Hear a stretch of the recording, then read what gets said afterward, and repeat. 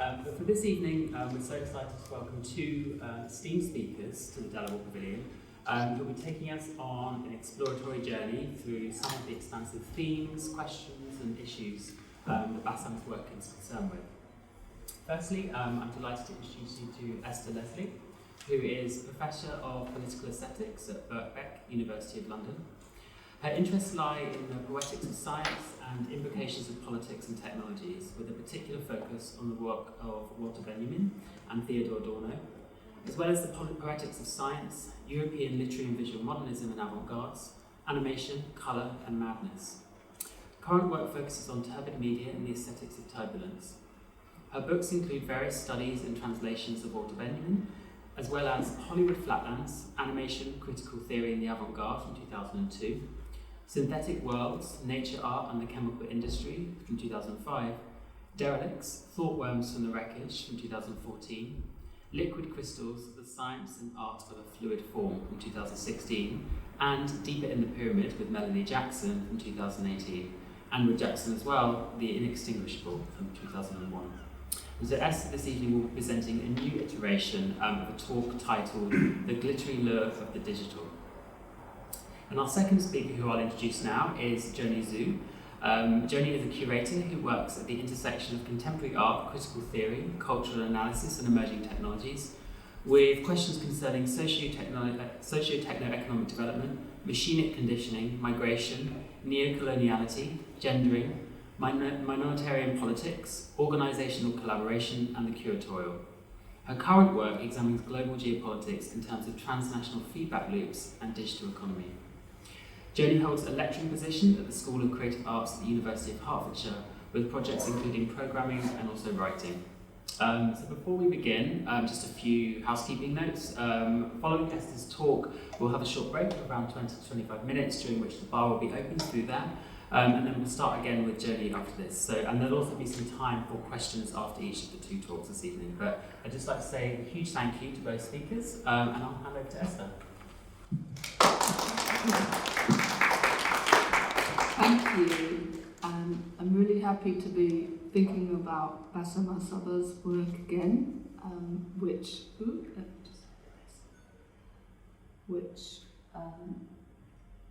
I love. I think it's really beautiful to spend time with it, and I enjoy thinking about it. So this talk's exploring the world and personages brought into being in I Am Era.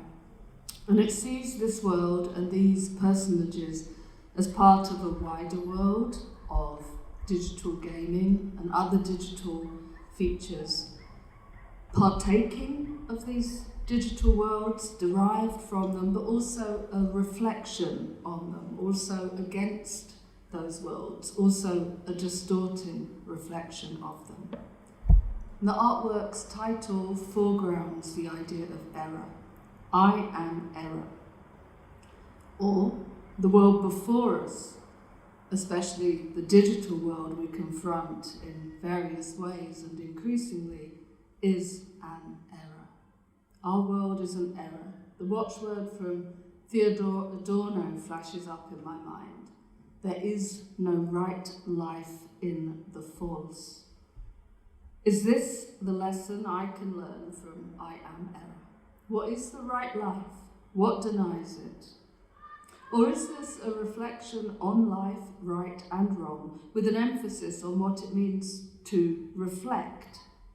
A reflection on what all that reflection and reflexivity and high gloss and iridescence and twinkle and glitter does to us, does to our image, and to the objects in our world that are remade and unmade, distorted, and that bounce around from surface to surface.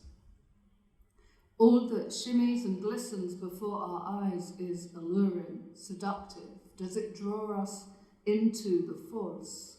Does it draw us into error and make us want to be a part of it or want to be reflected in it?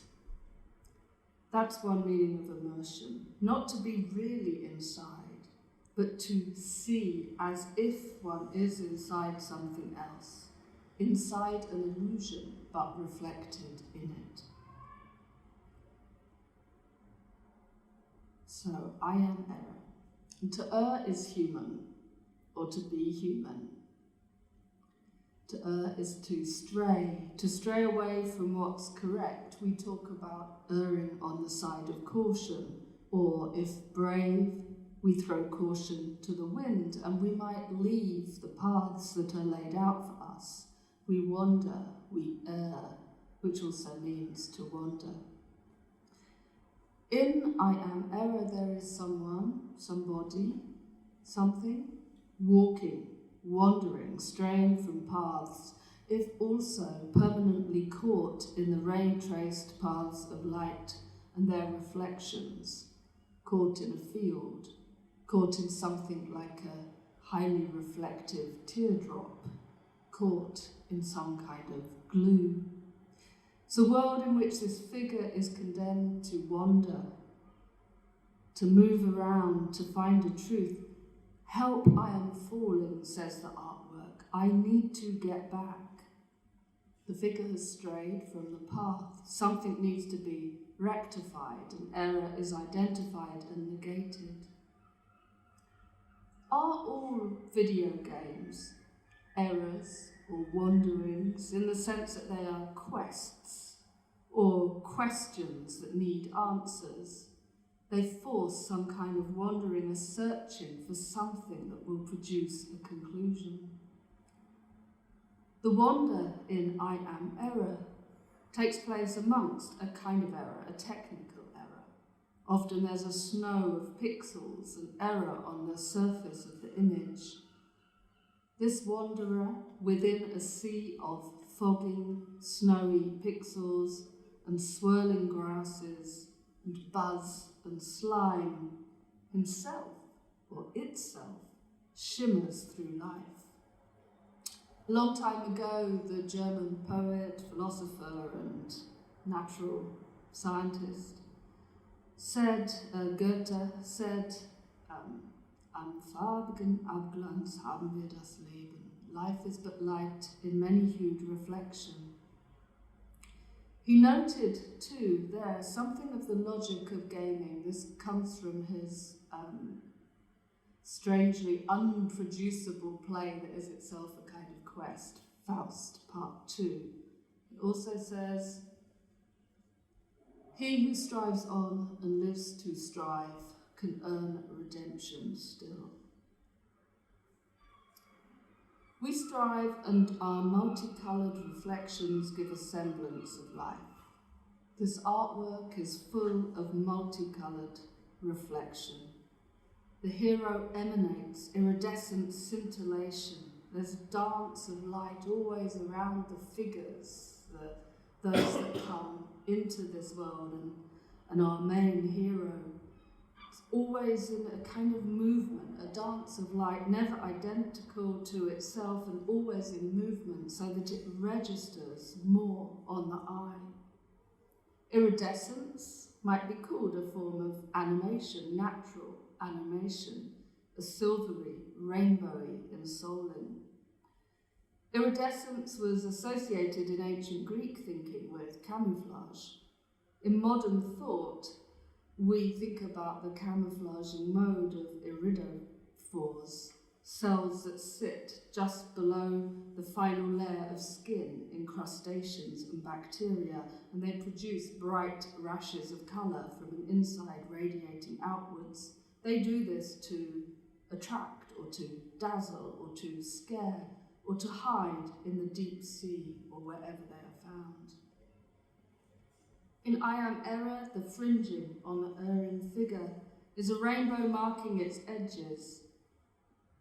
It is a sign, in some ways then, of life, but also a questionable border between interior and exterior. It registers for us, as there is a long history of this in film, as visual error, that fringing should not be there. This computer world, though, is pervaded by this error. A colourful reflection that's some sort of life. It may be human life because it is and it reflects and is colourful. It has more than just the signs of life that are vital: colour, gleam, gloss, a wetness intrinsic to human existence, a stickiness that keeps us mobile, fluid, and not dried up husks. We meet our figure as it rises, and it seems that this is not for the first time, but again and again it falters to its feet, following the swaying of grasses. And as it stabilises, so too does the gaze of whatever it is that is looking. The figure breathes heavily. It is life. And as it breathes, a silvered t-shirt swells and shrinks, an armour or a second skin. Through the almost half an hour of time in which this figure lives on the screen and in the gallery, it is being birthed and rebirthed, and that is the opposite of death, even if it includes it as part of its cycle. It seems to be born from the liquid metal tendrils that engulf it under a silver moon and refract it through bubbles of shimmering silver or mercury. It seems compelled to liquidate itself and recalibrate, to emerge again from baptismal immersion. But the quest switches again and again. It must once more be respawned from the slime or returned as a fetus into something more like an artificial womb birthing device. The capacity of the artwork, or is it the capacity of memory, or is it the capacity of life, has the power to reawaken several times, as the script puts it. The figure will have to extricate itself from the jelly-like albumen of an egg or a glue, and it twists within this stretchy substance, this ectoplasm. Its movements are determined by the medium in which it struggles, the talk of the slime rotating the body, sometimes pushing it back.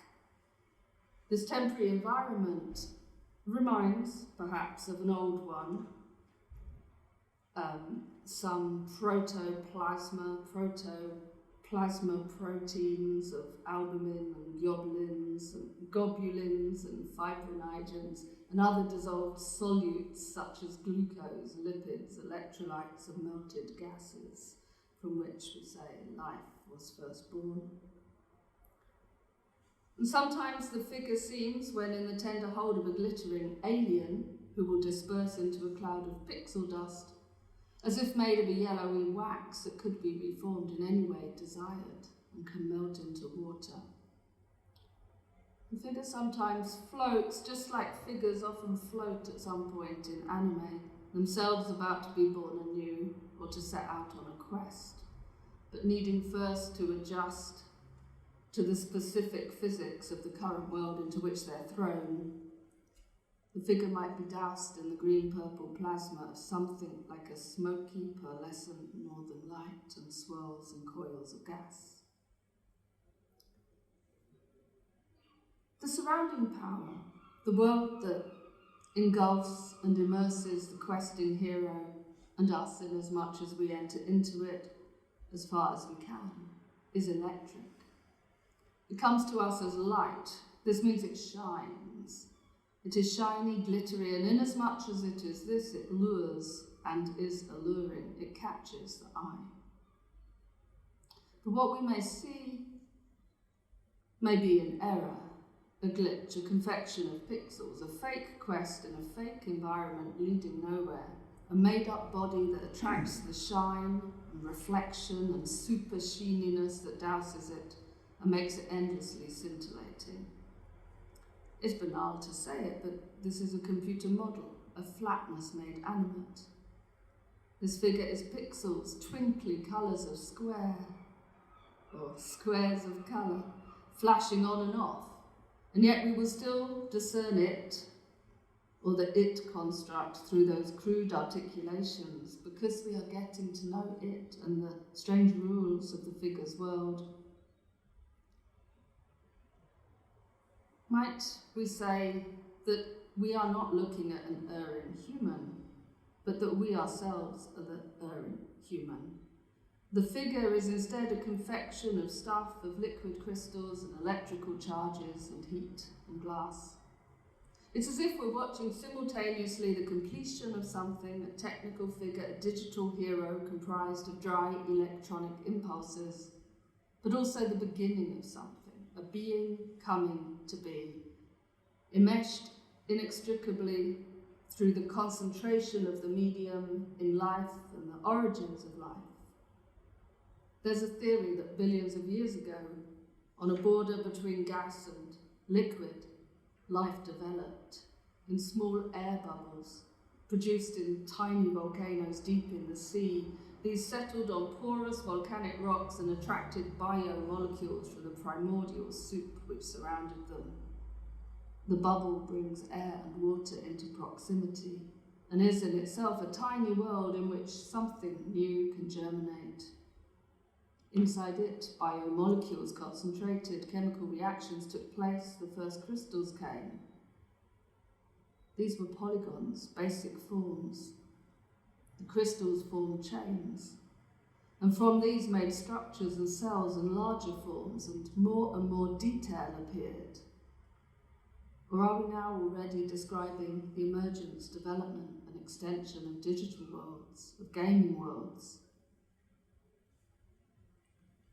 We sit in the gallery. We're immersed. The curve of the screen might be there to draw us in, to wrap itself around us, and we bathe in the light as if it were water, a stream of pixel spray. We're at the aquarium. We've strayed into it. If we were immersed, how much further would we need to dive in order to be tangled, caught ourselves in the gel, having erred into this world and been subjected to its slimy touch? And when we look, through whose eyes do we see this? Is it through our own eyes, or our eyes merged with the eye of the camera? If it is through the computer's eyes that we see this world, which is like and not like ours, are its pixel flurries something, admittedly of higher processing power, derived from the optical systems of the first 2D computer images to be seen on the commercial screen, those of the gunslinger android in Westworld from 1973.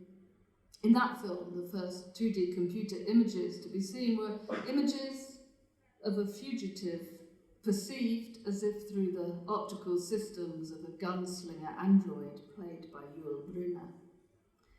The creators, John Whitney Jr. and Gary Demos of Information International Inc., turned some film stock, something imprinted in clear detail on celluloid, into an imprecise, coarse pixel matrix by colour separating each frame, scanning it, and then adding colours back in. It was then converted into rectangular blocks. Back then, it would seem robots, in the fantasy of filmmakers at least, saw a clunky pixel world with far less detail than ours. Since then, in cinematic confections, their visual systems have evolved or been developed to perceive in more detail, in information-rich ways, any robot in a contemporary film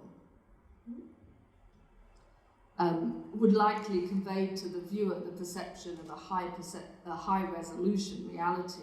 It might also include aspects of non-human vision, such as points and lines and additional elements unfamiliar to human vision, including augmented reality features. It might well also be annexed to various automated operative functions.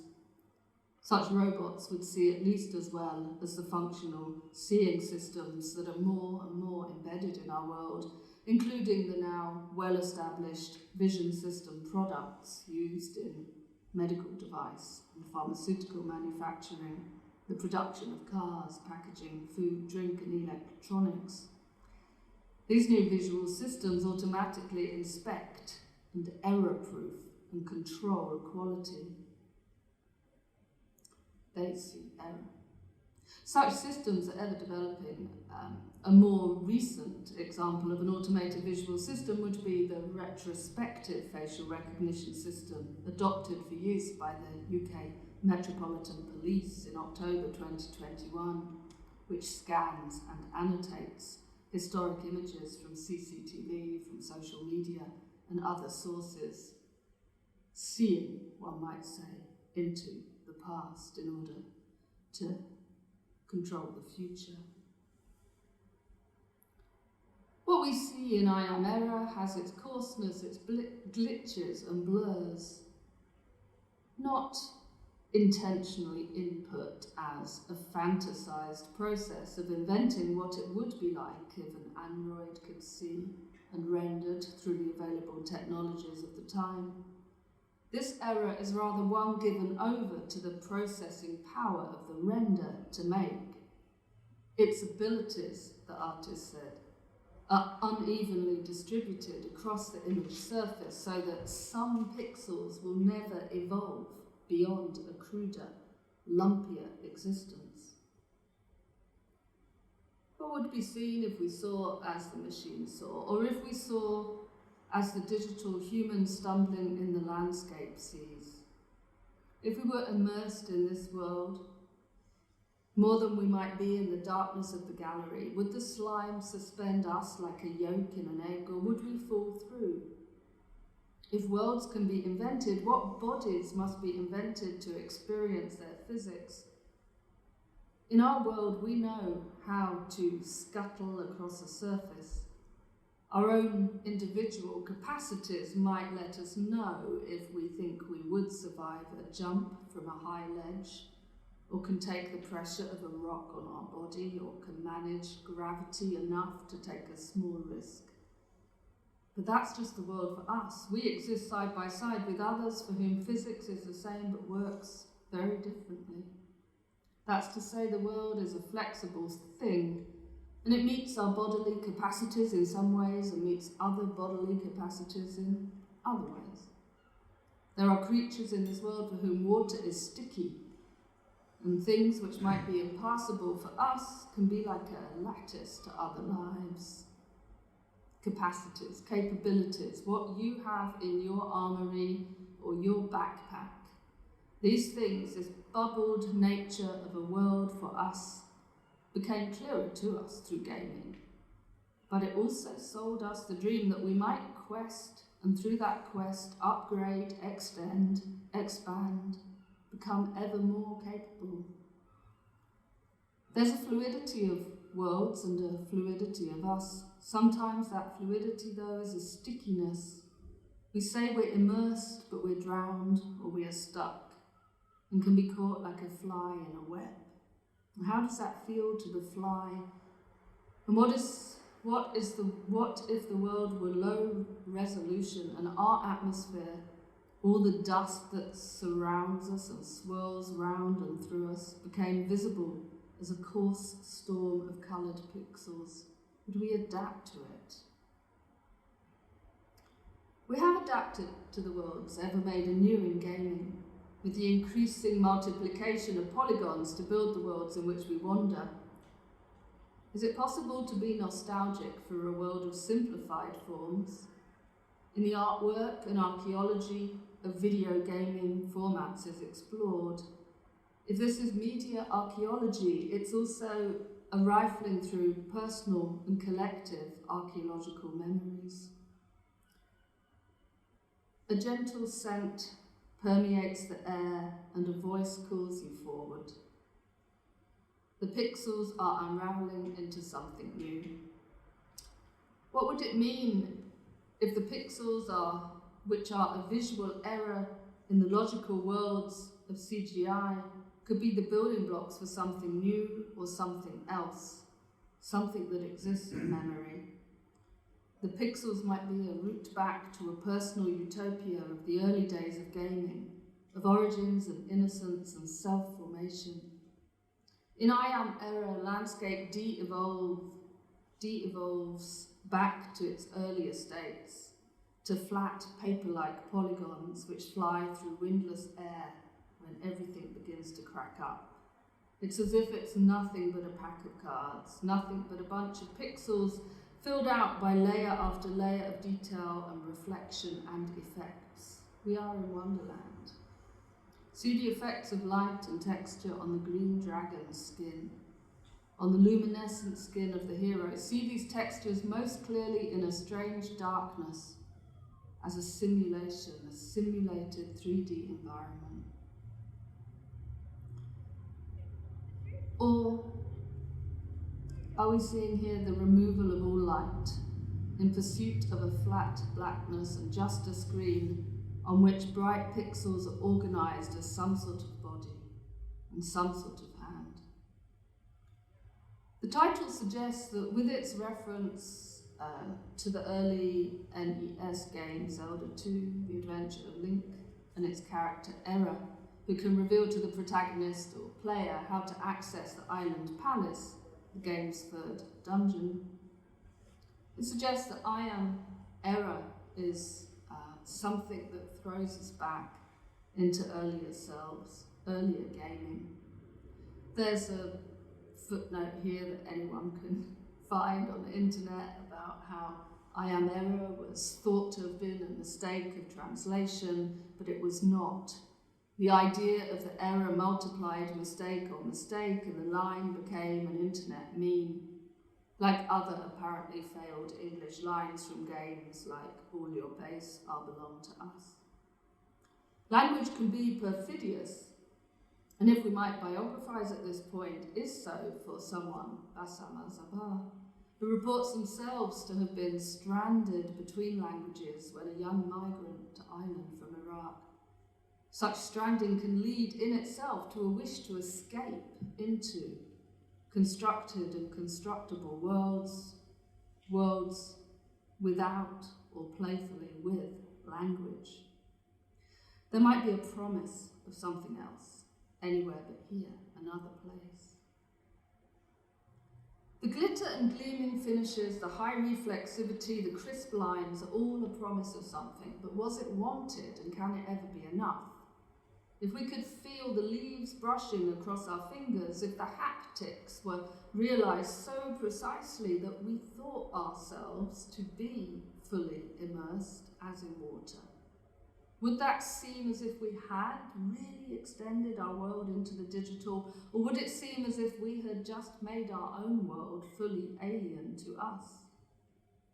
As the digital world humanizes or becomes more and more thoroughly permeated by the apparatus, yet invisibly, it seems as if it is a world for us, our world through which we err and wander.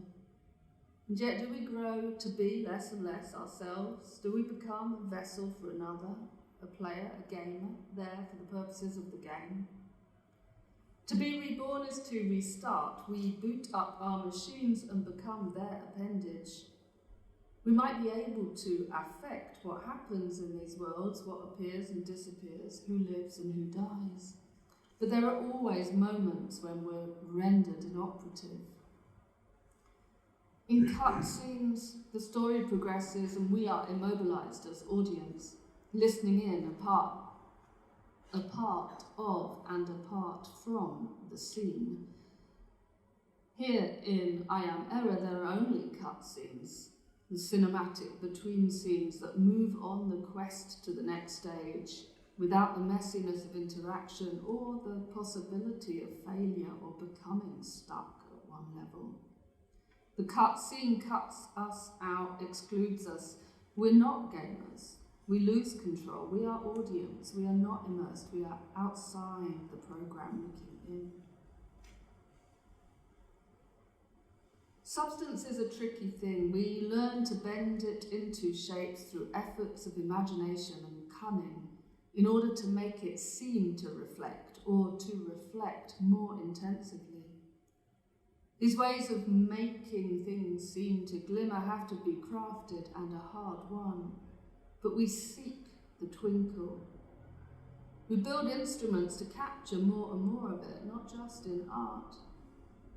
The James Webb Space Telescope, $10 billion worth of, launched last Christmas Day in the morning, somewhere and somewhen on Earth, French Guiana. It's on its way into a black atmosphere, plunging through zodiacal dust to capture on its yellow flower petal mirrors, which will reflect the infrared light of 100 galaxies 2 months from now. It will capture faint, weakly messianic, shall we say, signals from far away in time and space. Its seeking red shifts, time become colour to the mechanical eye. Its mirror a gold-coated beryllium reflector finer than that of any fairy tale that reflects back beauty or ugliness or the past or the future. Unfolds its hexagons, hopes to see more of the universe, hopes also to capture the beginning of time. And if not that, at least snap some billion-dollar photographs that will replicate and slip through the circuits of social media. It seeks the digital sublime and money shots of ever further out galactic pornography. But the heat and the light of the sun and the earth and the moon are the enemy of the telescope, and it is engaged in an off-world battle as it seeks the light of the first stars and galaxies, which will show themselves in the way it expects only if the debatable Big Bang hypothesis is true.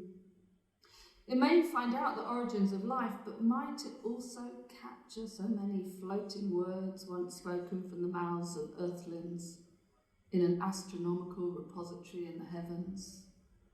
After Charles Babbage had invented the difference machine or early computer, he tried to build instruments to capture all of the words that had ever been spoken that were still rippling through space, he said.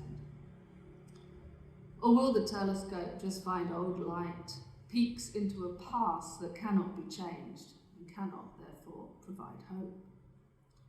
And the investors in the telescope hope at least to make an image of stars, dynamic objects, living, dying, burning, contracting, flaring, nuclear reactors, factories of new chemical elements, hot forges converting cores into other elements over the cold, slow time of the skies.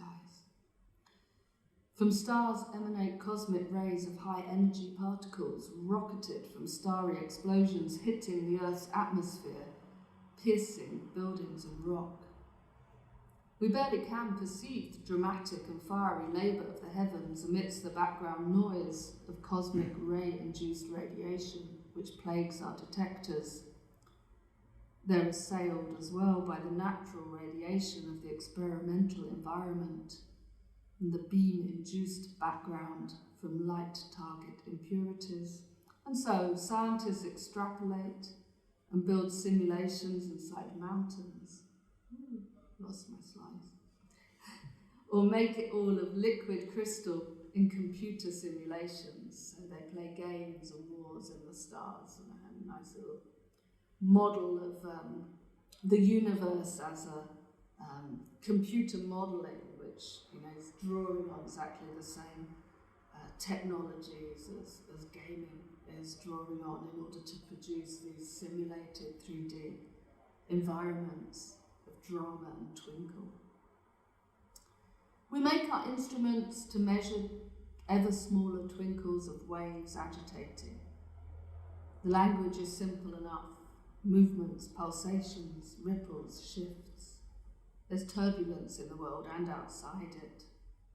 We look out for glimmers, for small fluctuations in light. It catches our telescope eyes, lures our eyes, a mirror reflecting, light bouncing like a shower of glitter. It's an old thing too, old to us. The light that comes from distant stars is old. The light that draws the eye in on jewels and trinkets that delight us are old too, in that their luminescence may have been formed long ago, compact light eaten up in minerals, exuded outwards when unburied, brought to light to give light. As above, so below. Our love for twinkle is not new. Technologists have made sparkle and lustre for centuries. Ceramic art from 9th century Mesopotamia, present-day Iraq, began to perfect techniques of rendering in clay the diaphanous silks and muslins of the East, and it aimed at the generation of opalescent luminosity in mud. Lustreware derived from staining vessels with copper and silver pigments shaped into plants and animals and figures or geometric patterns, a true alchemy. For the lead-based glaze and silver and copper paints create a golden sheen on a pot that has no gold. Dense layers of glazes, several hundred nanoparticles thick, boost and extend the reflexivity and bring about a localized red shift as the reflected light crosses from blue to green-yellow and produces a golden shine. A reddish shift on Earth and in Earth. What time, what cosmic speculations does this iridescence evidence? What new iridescence? Where's my little computer model?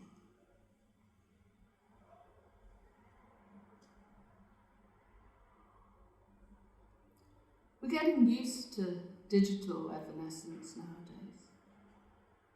The virtual accomplishments of NFTs as value stored just like light can be stored and given out long after the event, like phosphorescence or the light of stars, and all that works through delay. Storage of light, stored value. The new lusterware might then be this new attraction, for example, Iridescence, the world's first digital-only dress on the blockchain, which sold for $9,500, representing a landmark moment in digital-only couture, a first of its kind, a blockchain transaction. The unique garment is a traceable, tradable, and collectible piece of digital art, we're told. Substance, I said, is a tricky thing, and we learn to bend it into shapes through efforts of imagination and cunning in order to make it seem to reflect, or to reflect more intensively. Ways of making it seem to glimmer have to be crafted and are hard won. Is it useful to think here of a word and concept from Marx?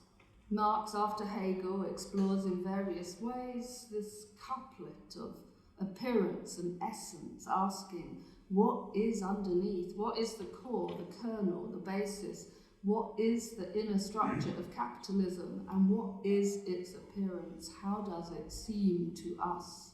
What are its surface manifestations? Appearance, or semblance in German, is Schein, and to appear is erscheinen. This word comes from the old High German hin, which means luster, shining, brightness, clearness. It's a word that permeates modern aesthetic theory as aestheticians play out the implications and contradictions of Hegel's definition of the beautiful as the sensuous appearance or shining of the idea. The beautiful is shiny, the beautiful is an idea, but it can also be bottled and sold and become a material presence in the world, even if it is just an appearance, a layering, a shiny and attractive surface. Beauty is silken. The glossy magazines that sell beauty reflect on the face of the beauty seeker and enhance its sheen. The iridescent sheen of silicate minerals in the polycarbonate plastic of a CD or a DVD, that lodged for a while with us, brought new types of reflection into the home. The commodity, Marx tells us, is excessively lively. It has more animation than we humans who merely make it and buy it. Art of an earlier age, in the 1980s and 1990s, reflected this reflection at a time when consumerism was inflated on the waves of postmodern exuberance, ironically or post-ironically. Silvered and bronze surfaces coated Jeff Koons' Rabbit from 1986 and Sherry Levine's Fountain from 1991, and there were Koons' brilliant, pristine vacuum cleaners under polished glass, and the high chromium stainless steel of his balloon dog sculptures in 1993, which were made equivalent by him with the sheeny bodies in advertising and promotional culture. Gloss and shine need not take up room in the gallery or in the strong room. In the contemporary questing video game, there's sheen and gleam aplenty on the car panels in racing games or the nighttime environments, wet neon, but the stars are absent. In the game, the structure is a scaffold, an underpinning, a basis, a core, an essence that is dressed in ever more realistic coatings and ray-traced light intensifying the faux physics of the fake world. At one and the same time, appearance is shining and it is seeming. For Marx, this seeming appearance is described as a fetish form. A fetish form is that which appears different to what it is. All shine, the shine on the chrome bumper of a car, a digital car or a real one, the shine of French polish on a real or digital table surface, the shine of the ray-traced light in the computer simulation. It is all, somewhere, a product of labour. Of course, it becomes complicated if the computer or the software is labouring, rendering the reflections over hours or days, or left, as they were in this artwork, to their own devices at times. But it's still a labour of some sorts, not a magical gleam of fairy stardust. The fetish is a misidentified thing, a glitter that is not the gold it purports to be, a coating on the surface.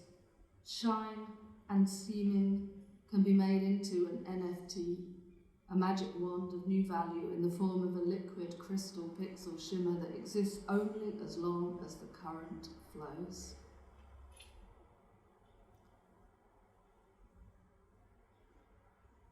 Shine is an error in vision. Shine depends on the circumstances of viewing, whether there's light available to reflect, what the conditions are of the eye, the composition of the object perceived, but also more fundamentally, shine or glare is a byproduct of our binocular vision with its synthesis of two visual feeds.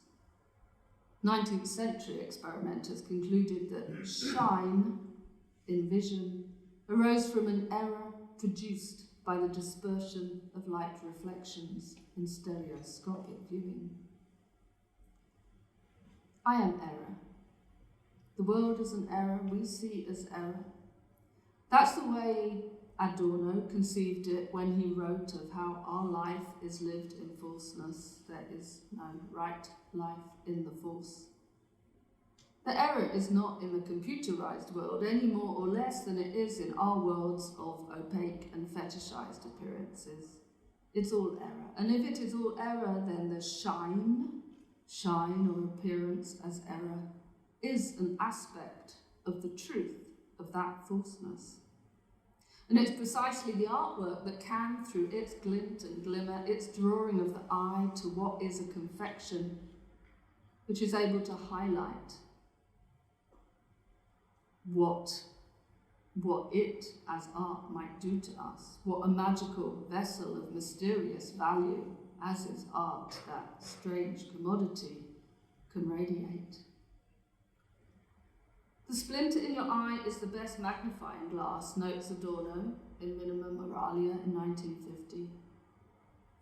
Adorno was mistrustful of the invented mechanisms of vision, such as film, that intensify and illuminate and expand what we can see. For him, this represented usually the culture, industry, our vision become industrialized and so in error. What is put before us, that which has passed through the glass of the lens that communicates it to whatever records it and is played back through glass of the TV set to the computer screen, is an appearance, a glitzy, attractive one often. Those glass screens, and that includes the touch screen today, might decrease our knowledge of both ourselves and the world. So the screen is smashed metaphorically, its splinter in your eye, this shard of glass, a spike into your lens that does not simply look outwards into the world, bringing it to vision, It doesn't give us a view as through a window, rather it conducts between vision, eye, world, mechanism, cuts into the eye that sees, pokes out into the world that is seen. When we see through it, through that which makes a flaw in our vision, an error in our vision, we see in its image the flaws of the world so much more clearly. For Adorno, the error in vision becomes the route to a true vision of the false. Sight is insight, turning inwards to the self. But that's also insight into the world, seeing beyond appearance to the nature of things. Might we be seeing the appearance collapse into its essence?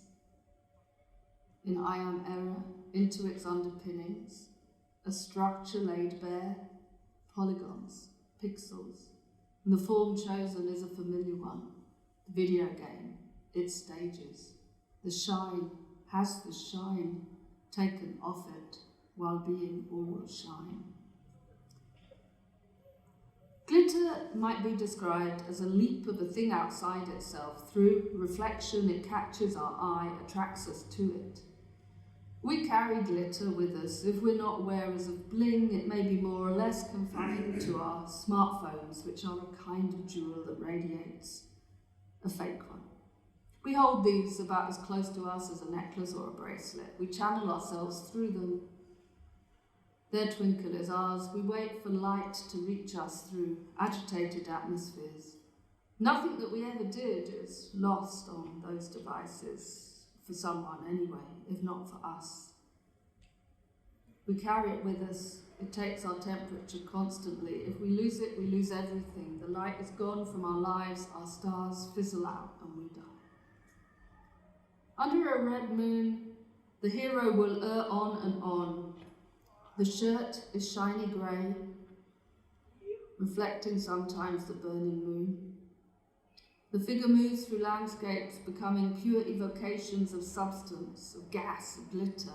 It is sensation, the world as appearance, a shining seemingness. The figure too shines and seems, a surface for reflection. The world is on the figure, just as it is reflected on the surface of bubbles. What's in the world, what's in objects, what is us, what are subjects, all becomes confused, meddled and indistinguishable. At the end of this artwork, it is as if the hero is released from appearance. For the last time, the hero walks on, replete with the plant life emanating from its head. This figure nothing other than another part of this environment, just as this environment is nothing other than the same pixel appearance, here issuing as figure, there as dragon, there as plant, there as glitter, snow or light effect. The hero finally dissolves into colourful fragmentation, pixel dust that disperses into the environment across the screen. The hero dissolves, as if all that can just happen like a magical vanishing into air. The world is collapsing. There is not much left to do, says the artwork. It's undoing. The doing is done. We take apart, roll back time and technology, dismantle the self, de-armour, decay into pixel dust. The quest culminates in a vaporization. Our hero makes contact and then passes over into something else or nothing else. The quest of this art game is a melting of self, as liquids, as crystals, as liquid crystal, back into the screen after passing through so many stages, so many labours, and accruing new capacities and armours and equipment that should bring us all forward to the next stage, even if our desire is to go backwards to earlier stages, earlier games, soft-bodied lives in worlds whose inhospitableness was not inhospitable to us then, back to origins, recent and ancient ones. We seek to go back in order to start again or to restart or to commit new errors. To quote what has now become a cliche from Samuel Beckett, Ever tried, ever failed, no matter, try again, fail better. So thank you for listening to